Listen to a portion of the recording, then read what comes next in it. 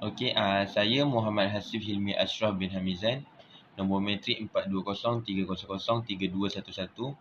Jadi dalam video ini saya akan menerangkan tentang asbabun nuzul tentang surah Al-Baqarah ayat 83. Surah Al-Baqarah adalah bermaksud lembu. Ia juga merupakan surah kedua dan terpanjang yang mengandungi 286 ayat. Surah ini turun di Madinah yang sebahagian besarnya diturunkan pada permulaan tahun Hijrah, kecuali ayat 281 diturunkan di Mina pada Haji Nabi Muhammad SAW yang terakhir. Seluruh ayat dari surah ini merupakan ayat Madinah yang di dalamnya juga mempunyai ayat yang terpanjang iaitu ayat 882.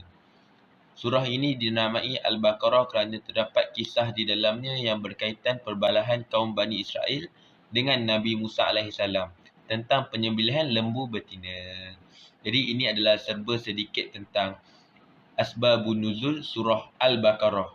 Okey, kita nak bincangkan asbabun nuzul surah Al-Baqarah. Jadi ini adalah pengenalan kepada surah Al-Baqarah. Surah Al-Baqarah ayat 83. A'udzubillahi minasyaitonirrajim. Bismillahirrahmanirrahim. Wa idh akhadna mitsaqa bani Israila la ta'buduna illallah wa bil walidaini ihsana wa dzil qurba wal yatama wal masakin wa qulu lin nasi husna wa aqimus salata wa atuz zakah summa tawallaitum illa qalilan minkum wa antum mu'ridun. Sadaqallahul azim. Maksudnya, dan ingatlah ketika kami mengambil janji dari Bani Israel, janganlah kamu menyembah selain Allah dan berbuat baiklah kepada kedua orang tua, kerabat, anak-anak yatim dan orang-orang miskin. Dan bertutur katalah yang baik kepada manusia. Laksanakanlah solat dan tunaikanlah zakat. Tetapi kemudian kamu berpaling mengingkari kecuali sebagian kecil dari kamu adalah masih menjadi pembangkang. Okey, ini adalah ayat surah Al-Baqarah pada ayat 83 dan ini adalah maksud dia. Jadi dalam ayat 83 ini terdapat ada asbabun nuzul iaitu sebab turunnya ayat, iaitu ketika para pendeta Yahudi mengetahui bahawa ciri-ciri kenabian, ciri-ciri nabi, orang yang dikabarkan dalam Taurat sesuai dengan ciri-ciri Rasulullah SAW. Namun kemudian mereka ingkar terhadap kitab mereka sendiri dan menyembunyikan hal ini terhadap orang lain. Jadi ni para pendeta Yahudi ni, para pendeta gereja ni, diorang dah tahu Nabi ni adalah Rasulullah yang betul. Tapi diorang sorokkan semua benda tu supaya orang lain tak dapat tahu yang Rasulullah adalah Nabi yang betul. Terdapat beberapa hikmah yang kita boleh dapat daripada ayat surah Al-Baqarah ayat 83. Sebagai contoh, Allah mengambil janji Bani Israel. Okey. Wa id akhadna mitsaqa bani wa Israil. Okey. Ayat ini menunjukkan bahawa Allah melalui nabinya telah mengambil perjanjian dari Bani Israel. Bahkan Syekh Wahbah Al-Zuhaili dalam Tafsir Al-Munir menjelaskan Allah mengambil sumpah Bani Israel untuk melaksanakan poin-poin isi perjanjian itu, namun pada akhirnya kebanyakan Bani Israel mengkhianati janjinya. Jadi Allah mengambil janji Bani Israel, dalam maksud dekat dalam ni adalah Bani Israel dia tidak mengikuti apa yang kitab suruh, iaitu mentaati Rasulullah sebab Rasulullah adalah Nabi yang betul apa semua. Tetapi di Bani Israel ni adalah telah mungkir janji pada waktu itulah. Okey. Ayat yang kedua adalah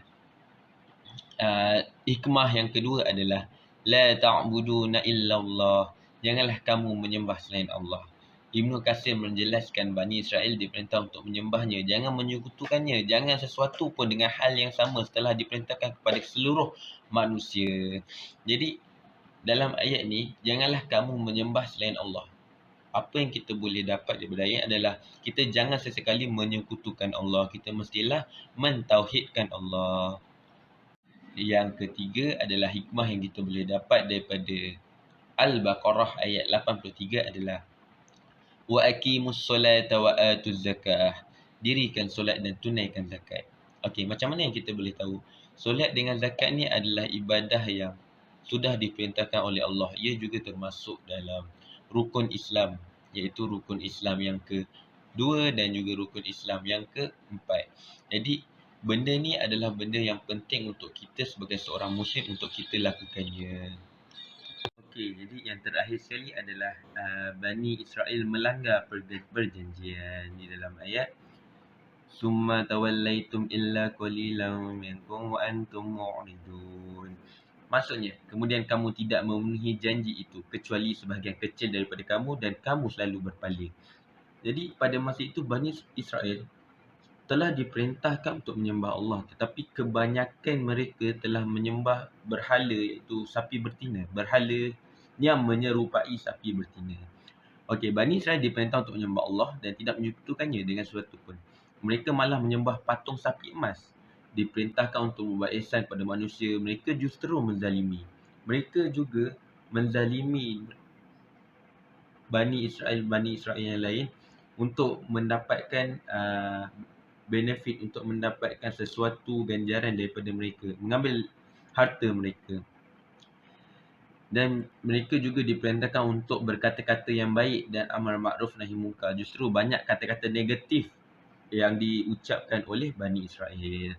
Jadi daripada surah Al-Baqarah ayat 83, saya telah membuat kesimpulan kita perlulah, yang pertama sekali,